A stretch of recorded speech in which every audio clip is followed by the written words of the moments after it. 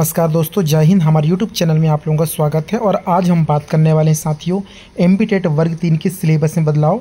क्योंकि लगातार आप लोगों के कमेंट्स और कॉल भी थे कि सर जो है बहुत जगह न्यूज़ में देखने को आ रहा है कि एमपी टेट वर्ग 3 में संस्कृत विषय जो है हटने वाली है और इसमें एक नया सब्जेक्ट जुड़ने वाला है इंग्लिश। तो ये खबर क्या है साथियों, आज इसके बारे में आप लोगों के डाउट में क्लियर करने वाला हूँ। क्या वाकई संस्कृत हट रही है और इंग्लिश जुड़ रहा है? आपके पाठ्यक्रम में एक बड़ा बदलाव हो रहा है और आप अभी तैयारी कर रहे हैं। और बहुत सारे लोग ऐसे भी हैं जो अभी भी सो रहे हैं, उनको पढ़ाई से एमपी टेट वर्ग 3 की परीक्षा से कोई मतलब नहीं। उनको लगता है कि जब भर्ती आएगी तो हम तैयारी कर लेंगे 1 से 2 माह में और टॉपर बन करके और ज्वाइनिंग ले लेंगे। तो कुछ ऐसे ख्यालातों में भी जी रहे हैं। चलिए दोस्तों, तो आज हम इस बात को देखते हैं और विस्तार से पूरी जानकारी समझेंगे।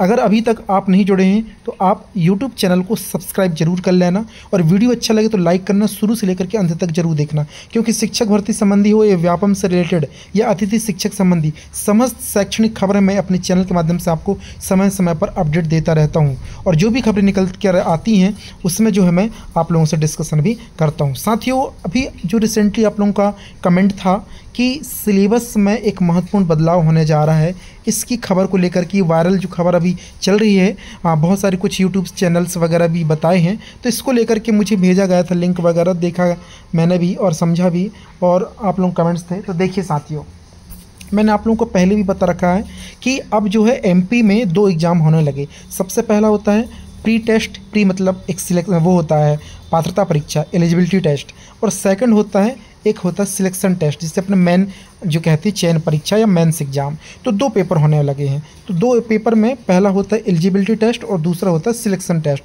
तो एलिजिबिलिटी जो टेस्ट होता है दोस्तों, इसमें आप लोगों के समस्त टॉपिक्स पूछे गए। जैसे आपने देखा आपसे सीडीबी पूछा गया, सीडीपी, ठीक है, चाइल्ड डेवलपमेंट बोलते हैं जिसको।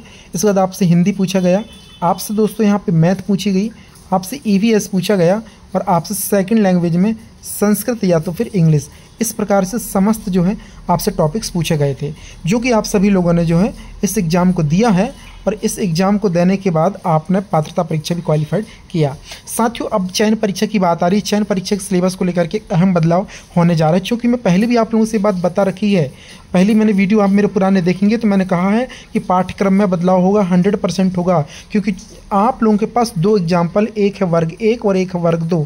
आप वर्ग 1 का सिलेबस देखिए पात्रता का और चयन का देखिए, इसी प्रकार वर्ग 2 की पात्रता का सिलेबस और चयन का देखिए। आपको अंतर समझ में जाएगा, ये बात का आभास हो जाएगा, एहसास हो जाएगा कि हाँ सत्य है सर कि वर्ग 3 का पात्रता का जो सिलेबस था और वर्ग 3 की जो चयन परीक्षा होगी उसका सिलेबस में ज़रूर आपको डिफरेंस देखने को मिलेगा। मैं ये नहीं कहता कि पूरा सिलेबस चेंज होगा, बट आपका काफ़ी कुछ सिलेबस हटने वाला है और कुछ चीज़ें उसमें जुड़ने वाली हैं। चलिए देख लेते हैं। सीडीपी और संस्कृत के बारे में बात करूंगा मैं सबसे पहले। तो साथियों, पात्रता परीक्षा में आपसे बिल्कुल 30 अंक का सीडीपी स्पेशली पूछा है। साथ ही 15-15 नंबर की पेडागोजी प्रत्येक सब्जेक्ट में वो अलग से पूछा है। तो आप समझिए वो अलग टॉपिक्स हो गए और 30 अलग हो गए मात्र सीडीपी के। तो इस तरीके से सीडीपी का अहम रोल था आपकी पात्रता परीक्षा में। अब जब आपसे बाल विकास का पूरा नॉलेज पात्रता परीक्षा में पूछ लिया गया है तो बिल्कुल ज़रूरी नहीं है कि चयन परीक्षा में आपसे सीडीपी पूछी जाए। तो ये बात है, हम मान सकते हैं कि सीडीपी हट सकती है चयन परीक्षा में। दूसरा बात करेंगे दोस्तों संस्कृत का। देखिए, अब कुछ लोग कहेंगे सर सीडीपी क्यों हटेगी, सीडीपी को नहीं हटना चाहिए। बिल्कुल सही आपका कहना, नहीं हटनी चाहिए, बट आप बात को समझिए। पात्रता परीक्षा में आपका सीडीपी नॉलेज ले लिया गया ना, वहाँ पे पूछ लिया गया कि आपको कितना नॉलेज सीडीपी का। अब तो आप सिलेक्ट होने वाले बच्चों को पढ़ाने वाले हैं, यानी आप चयनित परीक्षा देने जा रहे हैं, चयनित होने वाले हैं। तो आपको क्या पूछेगा, कंटेंट पूछेगा ना, आप कक्षा 1 से कक्षा 5 तक का, कि हिंदी की किताबों में क्या लिखा है, ठीक है, संस्कृत जो क्या बोलते हैं इंग्लिश है क्या है, गणित क्या है, पर्यावरण क्या, इन चीज़ों से पूछेगा। बाल विकास का नॉलेज यहाँ पे क्यों टेस्ट करेगा आपसे? बाल विकास का टेस्ट जो है आपसे कर लिया गया है पात्रता परीक्षा में, आप उस सीढ़ी को पार करके ही दूसरी सीढ़ी में आए हुए हैं। तो इस तरीके से आप मेरी बात को समझना। जो एलिजिबिलिटी टेस्ट था वो हो चुका है, हमारा भी जो सिलेक्शन टेस्ट होना है, यहाँ पर सीडीपी हट सकती है, इसके पूरे चांस हैं। ये अभी ऑफिशियल नहीं हुआ है, जब सिलेबस आएगा तब क्लियर होगा। लेकिन जो संभावनाएं हैं, और अगर आप मेरी बात को मान के चले लेंगे तो आपकी एक बेहतरीन शानदार तैयारी हो जाएगी। इस वीडियो को शुरू से लेकर के लास्ट तक जरूर देखें। अभी आप CDP के बारे में बात कर रहा था, अब संस्कृत के बारे में बताऊंगा और लास्ट में बताऊंगा कि अब आपको हकीकत में क्या पढ़ना है। ये सारी चीज़ें तो ठीक है सर चल रही मार्केट में, अब आप यही बता दीजिए कि हमको अब चयन परीक्षा की तैयारी कैसे करना ताकि हम अन्य लोगों से आगे रहें और टॉपर लिस्ट में हम टॉप करेंगे। तो वो भी मैं आप लोगों को स्ट्रेटजी बताने वाला हूँ कि क्या पढ़ना है, किन किन सब्जेक्टों को पढ़ना है। तो आप CDP समझ गए होंगे कि CDP बिल्कुल हट सकते, इसमें कोई दोहरा कोई संदेह नहीं है। तो अभी आप दूसरा विषय संस्कृत के बारे में समझिए। संस्कृत होती है साथियों सेकंड लैंग्वेज, चूँकि यहाँ पर इंग्लिश वाले इंग्लिश ले लेते हैं और ऑप्शनल में संस्कृत ले लेते हैं। तो देखिए पात्रता परीक्षा में आपसे लैंग्वेज का टेस्ट ले लिया गया कि आप संस्कृत भाषी हैं या आप इंग्लिश भाषी हैं, जो भी हिंदी, ठीक है, आपने वहाँ दे चुका। लेकिन ये चयन परीक्षा है, यहाँ पर संस्कृत को यहाँ पे हटाया जा सकता है, आपको यहाँ पर इंग्लिश कंपलसरी किया जाएगा। तो सबसे पहले मैं लैंग्वेज की बात करूँगा तो यहाँ पर इंग्लिश कंपलसरी हो सकती है, हिंदी आपकी कंपलसरी ही रहेगी, आपका EVS, ठीक है, सामाजिक विज्ञान, ये सारे टॉपिक्स आपके इसमें इंक्लूड हो जाएंगे। क्योंकि कुछ लोग कह रहे थे सर SST सोशल स्टडी भी आने वाली, इस प्रकार की हवाएं चल रही मार्केट में। तो देखिए पर्यावरण का दायरा सीमित नहीं है, असीमित है। पर्यावरण में आपकी जियोग्राफी भी आती है, पॉलिटी भी आती है, ठीक है।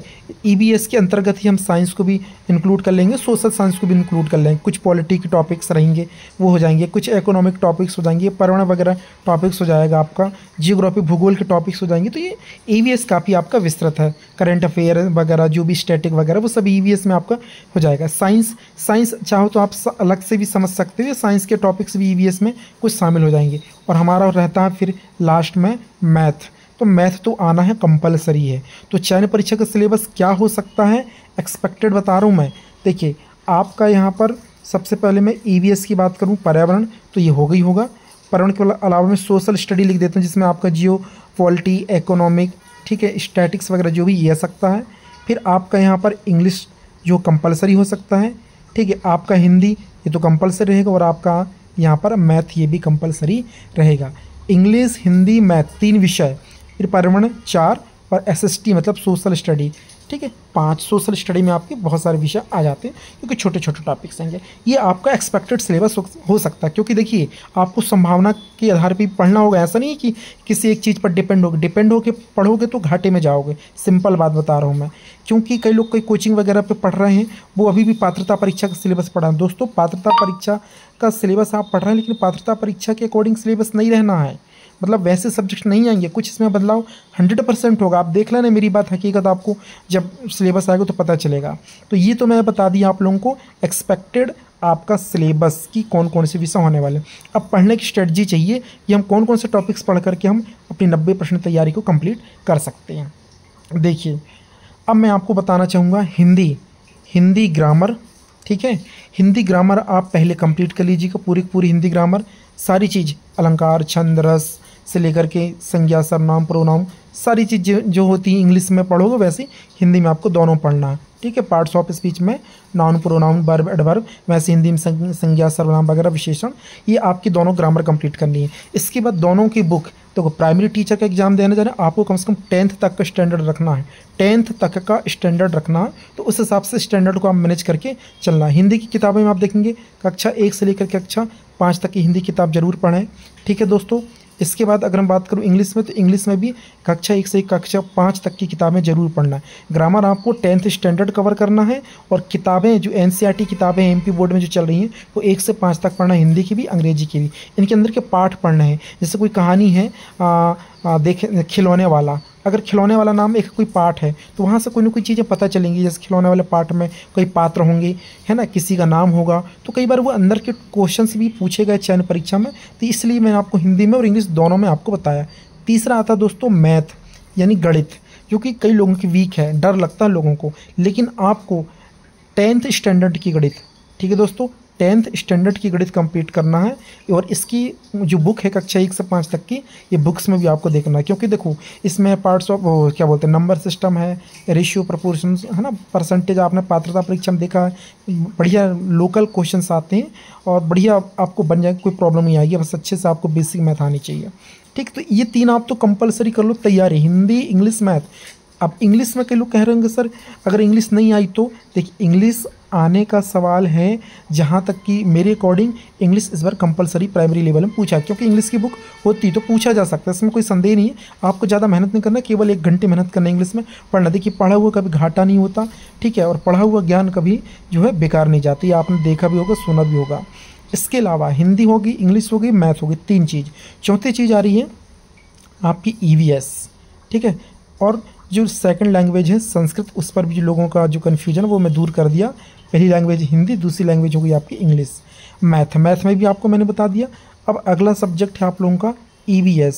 दोस्तों EVS यानी पर्यावरण, इसको भी कक्षा 1 से लेकर के कक्षा 5, इसको आप देखिए कम से कम 1 से लेकर के पर्यावरण की किताबें हैं, हालांकि सोशल स्टडी में जाती हैं 8 लेवल पे।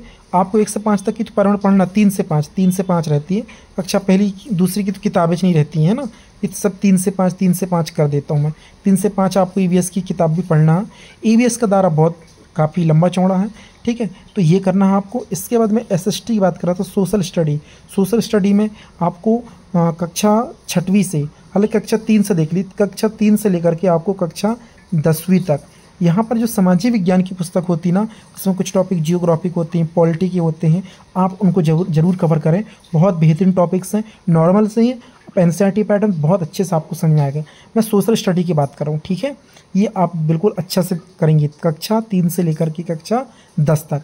आप अगर दोस्तों इतना तैयार अगर अभी कर लेते हैं, एग्ज़ाम में जो सिलेबस आना है अभी, उस सिलेबस नोटिफिकेशन आने के पहले तो आई होप आप 80 से 90% कम्प्लीटली तैयारी कर चुके होंगे। और जब सिलेबस आएगा उसमें कुछ टॉपिक्स जो भी 1-2 यूनिट्स आगे पीछे होंगी, वो बस आपको कवर करना पड़ेगा। आप उन लोगों से इतना आगे रहेंगे जो अभी भी इंतज़ार कर रहे हैं सिलेबस का, या सोच रहे हैं कि जब भर्ती निकलेगी तब पढ़ाई करेंगे, या वो फुल्ली डिपेंड होकर के पात्रता परीक्षा की तैयारी कर रहे हैं, यानी पात्रता परीक्षा का जो सिलेबस है ना उसको पढ़ रहे हैं, रात दिन लगे हैं संस्कृत पढ़ने में, रात दिन लगे हैं CDP पढ़ने में, तो कहीं ना कहीं वो नुकसान में होंगे और आप उनसे काफ़ी ज़्यादा आगे हो चुके होंगे। तो आप जो है इस तरीके से ये स्क्रीनशॉट ले लीजिएगा, हिंदी, इंग्लिश, मैथ, EVS और SST, इतना आपको लेकर के अभी फ़िलहाल में चलना है बस। और आप बेहतरीन तैयार रहेंगे एग्ज़ाम्स को लेकर के, और आप देखेंगे जब एग्ज़ाम आएगा तो आप बहुत अच्छा स्कोर कर पाएंगे, मेरिट में आ पाएंगे। तो इस तरीके से है। अब पहली चीज़ तो मैंने आपको बताया दोस्तों, जो बाद में जुड़े वो समझ लेना। संस्कृत और इंग्लिश के बारे में डाउट क्लियर किया कि संस्कृत हट सकती है, इंग्लिश जुड़ सकती है, बिल्कुल इसकी संभावना है। मैं ये नहीं कह सकता कि ऐसा होने वाला है, ये तो सिलेबस जब आएगा तब पता चलेगा, लेकिन ये इसकी संभावना बिल्कुल है और ये हो सकता है। इसलिए मैं भी इस बात से सहमत हूँ। अभी आप संस्कृत को थोड़ा स्किप कर दें और इंग्लिश को 1 घंटे पढ़ेंगे। दूसरा मैंने अभी स्ट्रेटजी आपको बताया, इंग्लिश आपको रोज़ 1 घंटे पढ़नी है, आपको हिंदी कवर करनी है, EVS कवर करनी है, मैथ कवर करनी है और SST कवर करनी है। SST कहाँ तक करनी है? कक्षा 3 से 10 तक। मैथ कब तक करनी दोस्तों? ये भी आप समझो 3 से 10 तक का स्टैंडर्ड कंप्लीट करना है। इंग्लिश कहाँ तक करनी दोस्तों? EVS कहाँ तक करनी है? तो EVS में देखो बहुत सारे टॉपिक्स हैं, तो EVS का कक्षा 3 से लेकर के 8 तक आप कवर कर लेना।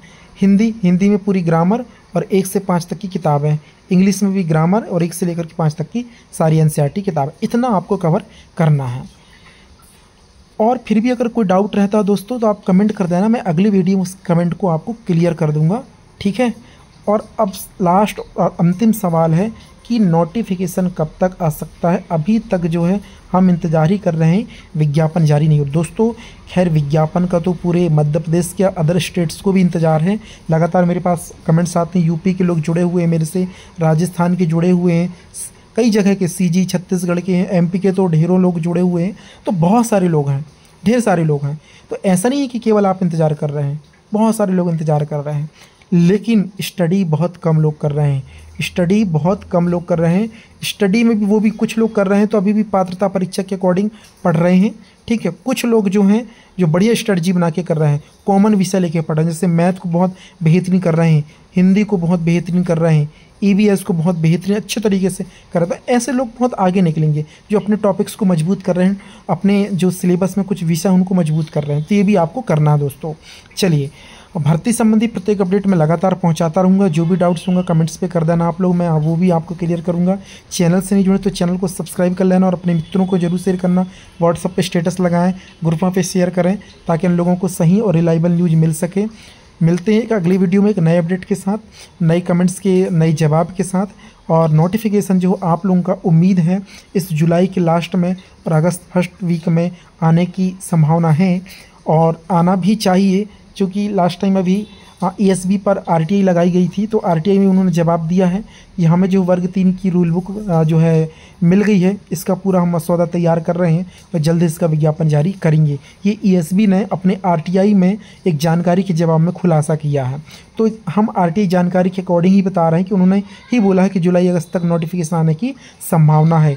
जुलाई अगस्त में एनी हाउ आ जाएगा, इतनी बात तक उन्होंने जो है बोला है ESB में, जब हमने कॉल में बात किया था तो ये जानकारी मैं वहाँ से बताया हूँ। और ये वीडियो पहले भी बताया था, आज के एक हफ्ते पहले वहाँ भी बताया था जुलाई अगस्त में नोटिफिकेशन आ सकता है, क्योंकि जैसी वहाँ से जानकारी मिली वो मैंने आपसे शेयर किया है। तो आप अपनी तैयारी करते रहें, मस्त रहें, अस्त व्यस्त हर तरीके से बहुत अच्छी स्टडी करते रहें, निश्चित तौर पर आपका सिलेक्शन होगा और आप मेरिट पे भी आएंगे। साथियों जय हिंद, मिलते हैं नई वीडियो में।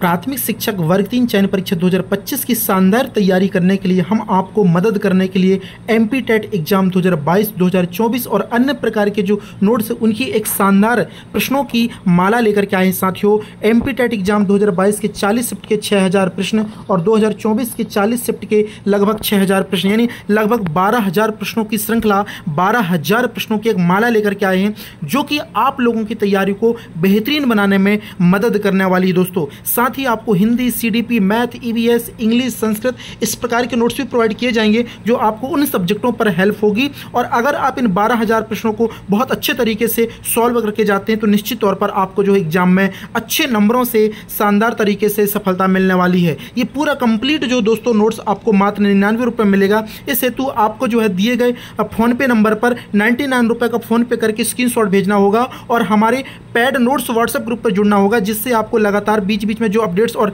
नए नए नोट्स आते जाएंगे वो भी आपको जो फ्री ऑफ कॉस्ट प्रोवाइड किए जाएंगे।